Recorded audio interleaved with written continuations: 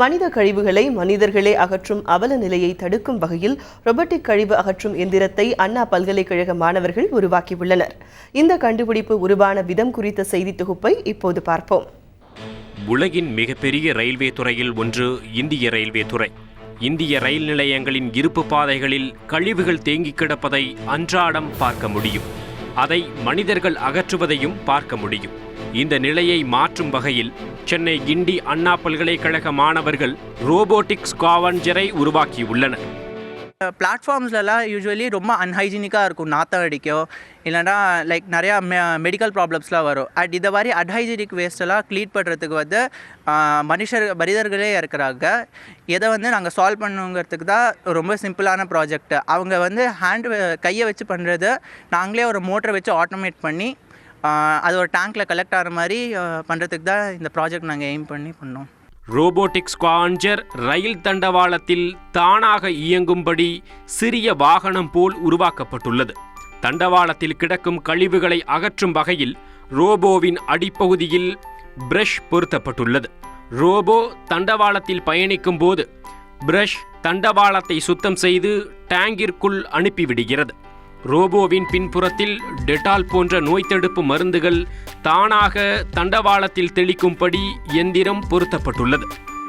கிளீனிங்க்கு தனியாக ஒரு nylon brush use பண்ணியிருக்கோம். அதுக்கு ஒரு மோட்டர் வச்சு பவர் பண்ணியிருக்கோம். அது ரொட்டேட் பண்ணுறப்ப அது இருக்கிற வேஸ்ட்டு இதர் fees or any plastic bottle இதை உள்ளே புஷ் பண்ணி விட்ருவோம். அதுக்கு பக்கத்துலேயே ஒரு ஸ்லோப் இருக்கும். அது according to the sleeper in between the railway tracks it will vary with spring mechanism. And for the motion we are using a gear motor.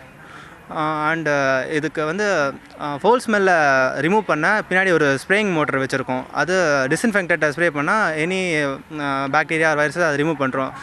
Mainly for hygienic purpose நாங்கள் இந்த project பண்ணியிருக்கோம். And manual ஸ்கேவெஞ்சிங்கை avoid பண்ணியிருக்கோம். Robot தண்டவாளத்தில் மட்டும் பயணிக்கும் வகையில் sensor பொருத்தப்பட்டுள்ளது. தண்டவாளம் முடியும் தருணத்தில் தானாகவே ரோபோ நின்று விடுகிறது. சுத்தம் செய்தவுடன் தானாகவே பராமரிப்பாளருக்கு செல்போனில் அழைப்பு கொடுக்கும் வகையில் எலக்ட்ரானிக்ஸ் மற்றும் எலக்ட்ரிக்கல் வேலைப்பாடுகள் இந்த ரோபோவில் செய்யப்பட்டுள்ளன. இது ரியல் டைம் அப்ளிகேஷன். அதாவது நிஜமாக ட்ராக்கில் ஓட்டும் போது சைஸ் வேரியேஷன்ஸ் அண்ட் அந்த பிளாட்ஃபார்ம் டிசைன் அதுக்கெலாம் ஏற்றின மாதிரி டிசைன் பண்ணிவிட்டு அதுக்கப்புறம் அந்த டிசைன் மினிஸ்ட்ரி ஆஃப் ரயில்வேக்கு ப்ரொடியூஸ் பண்ணிவிட்டு அப்ரூவ் வாங்குற ட்ரை பண்ணிகிட்ருக்கோம்.